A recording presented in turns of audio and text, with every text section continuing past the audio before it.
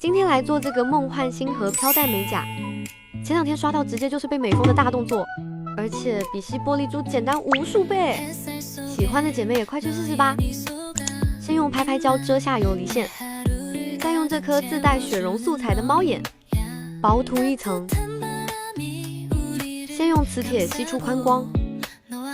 再用2块方形磁铁拼接，放在甲面上吸出飘带猫光。想要猫光层次更丰富，所以我们再薄薄上一层猫眼，再吸一个错开的飘带，再用拉线笔取铂金胶画线条，涂底胶不照灯贴星星亮片，